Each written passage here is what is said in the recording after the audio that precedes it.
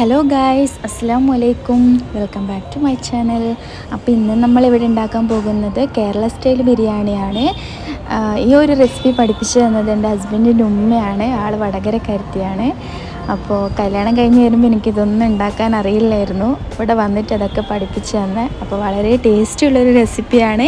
എല്ലാവരും വീട്ടിലൊന്ന് ട്രൈ ചെയ്ത് നോക്കുക. ഇതിൽ നമ്മൾ ടേസ്റ്റിംഗ് പൗഡറോ അതുപോലെ തന്നെ പൊടി മസാലകളൊന്നും ചേർക്കാത്തൊരു റെസിപ്പിയാണ്. അപ്പോൾ നമുക്ക് വീഡിയോയിലേക്ക് പോകാം. 7 മീഡിയം സൈസിലുള്ള സവാള, 8 തക്കാളി 2ആയി കട്ട് ചെയ്ത് അതിന് 3 ഭാഗമായി അരിഞ്ഞു വെച്ചത്, എരിവിനനുസരിച്ച് പച്ചമുളക് ഒന്ന് ചതച്ചരച്ചത്, 2 ചെറുനാരങ്ങ നീര്, മീഡിയം സൈസ് കപ്പ് അളവിൽ 1/4 ഭാഗം തൈര്, ഇഞ്ചി വെളുത്തുള്ളി പേസ്റ്റ്, ഫുഡ് കളറ്, ഈ ഒരു സൈസിൽ പുതിനയിലയും മല്ലിയിലയും കട്ട് ചെയ്തത്. ഒരു പാന് വെക്കുക.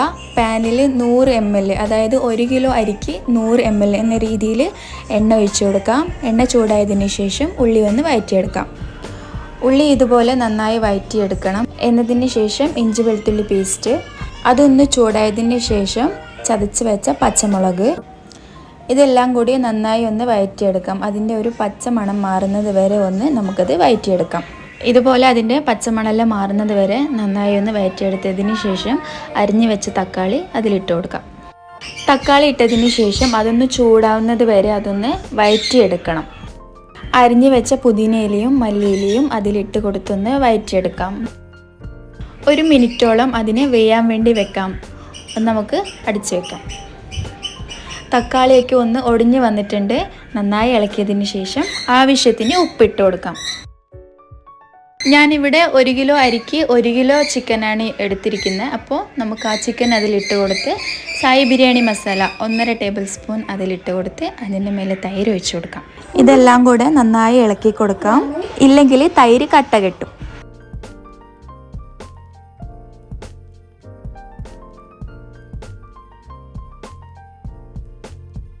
എടുത്തു വെച്ച ചെറുനാരങ്ങ നീരും അതിലൊഴിച്ചു കൊടുക്കാം. 1 കപ്പ് അളവിൽ വെള്ളം. ചിക്കന് വെള്ളം ഒഴിച്ചാൽ നന്നായി വെന്ത് കിട്ടും ചെയ്യും. നമുക്ക് ബിരിയാണി റൈസിലേക്ക് നല്ല മസാലയും കിട്ടും. അതുകൊണ്ടാണ് വെള്ളം ഒഴിച്ചു കൊടുക്കുന്നത്. എന്നിട്ട് ഗ്യാസ് സ്ലോ ചെയ്ത് വെക്കാം. അടുത്തതെന്ന് പറയുന്നത് നമുക്ക് ബിരിയാണിയിലേക്ക് റൈസ് തയ്യാറാക്കാൻ വേണ്ടിയാണ്. മറ്റൊരു പാത്രം ചൂടായതിന് ശേഷം 100 ml ഓയിൽ ഒഴിച്ച് അതിലേക്കൊരു 2 ഉള്ളി കട്ട് ചെയ്ത് അതിലിട്ട് കൊടുക്കാം.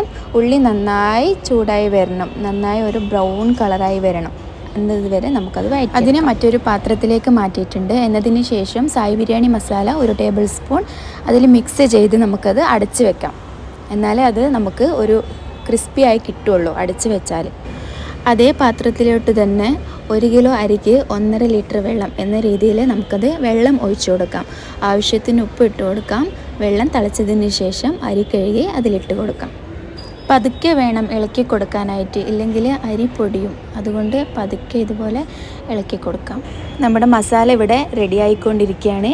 ഗ്യാസ് സ്ലോ ചെയ്ത് വേണം അത് വേവിക്കാനായിട്ട്. അരിയും വെള്ളവും ഒത്തു വരുന്നത് വരെ അതിനെ വേയാൻ വേണ്ടി വെക്കാം. ഗ്യാസ് സ്ലോ ചെയ്ത് വെക്കാൻ പാടില്ല. അതുവരെ അത് വേയാൻ വേണ്ടി വിടുക. ഇപ്പം നമ്മുടെ മസാല റെഡി ആയിക്കൊണ്ടിരിക്കുകയാണ്.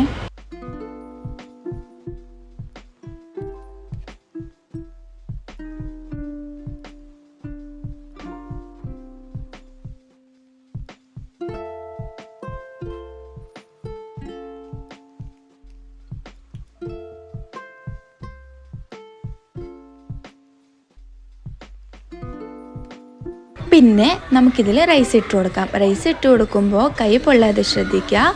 പിന്നെ നമ്മൾ റൈസ് ഒന്നായിട്ട് അതിൽ ഇട്ട് കൊടുക്കാൻ പാടില്ല. ഇതുപോലെ കുറച്ച് കുറച്ച് ഇട്ടിട്ട് വേണം ഒതുക്കി കൊടുക്കാനായിട്ട്. അങ്ങനെ ഇട്ട് കൊടുത്താൽ നമുക്ക് മസാലയിലോട്ട് റൈസ് എത്താനും കുറച്ച് ബുദ്ധിമുട്ടാകും. അപ്പോൾ ഇതുപോലെ കുറച്ച് കുറച്ച് ഇട്ട് കൊടുക്കാം.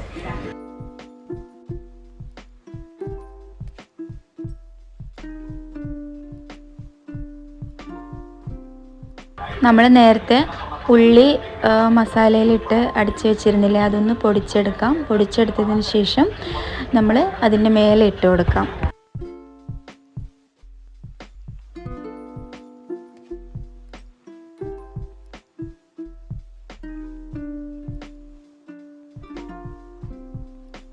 ഒരു 25 മുതൽ 30 മിനിറ്റ് വരെ അത് വേകാൻ വേണ്ടി വെക്കുക. ഞാൻ ഇതുപോലെയാണ് അത് വേകാൻ വേണ്ടി വെക്കുന്നത്.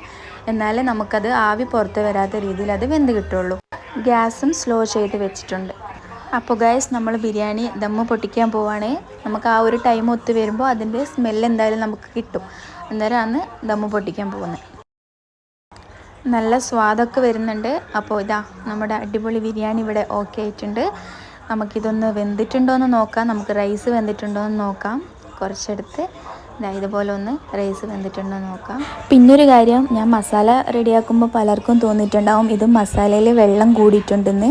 ഒരു ഗ്ലാസ് വെള്ളം ഒഴിച്ചാലേ നമുക്ക് ഈ ഒരു റൈസിലേക്ക് അത്യാവശ്യത്തിന് മസാല കഴിക്കുമ്പോൾ അതിലുണ്ടാവുള്ളൂ.